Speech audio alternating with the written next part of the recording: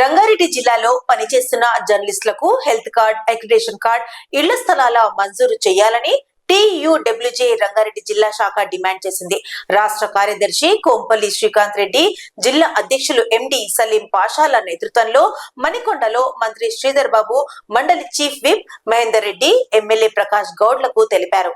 రంగారెడ్డి జిల్లా పరిధిలో వివిధ ప్రింట్, ఎలక్ట్రానిక్ మీడియాలో ఎన్నో సంవత్సరాలుగా అంకిత భావంతో పనిచేస్తున్న జర్నలిస్టుల సామాజిక సమస్యలు, ప్రభుత్వ పథకాలు, ప్రజల సమస్యలు, అభివృద్ధి కార్యక్రమాలు, అత్యవసర పరిస్థితులు వంటి అంశాలను ఎల్లప్పుడూ ముందుండి ప్రజలకు చేరవేస్తున్నారు.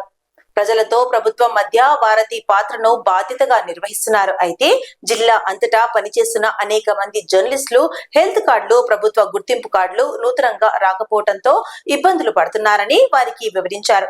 జిల్లాలో ఇప్పటికే పలువురు జర్నలిస్టులు సరైన వైద్య సదుపాయాలు అందక ప్రాణాలు కోల్పోతున్నారని, హెల్త్ కార్డులతో పాటు బీమా సౌకర్యం కల్పించాలని కోరారు. ప్రభుత్వ కార్యక్రమాలను ప్రజలను చేరవేసే బాధ్యత వహిస్తున్న జర్నలిస్టులు కూడా సామాజిక భద్రత, వైద్య సౌకర్యాలు మరియు స్థిరమైన నివాసం వంటి మౌలిక సదుపాయాలు పొందాల్సిన అవసరం చాలా కాలంగా ఉందని, ఆ దిశగా ప్రభుత్వం చొరవ చూపాలని ముఖ్యమంత్రి రేవంత్ రెడ్డి దృష్టికి తీసుకెళ్లి సమస్యలు పరిష్కరించాలని కోరారు.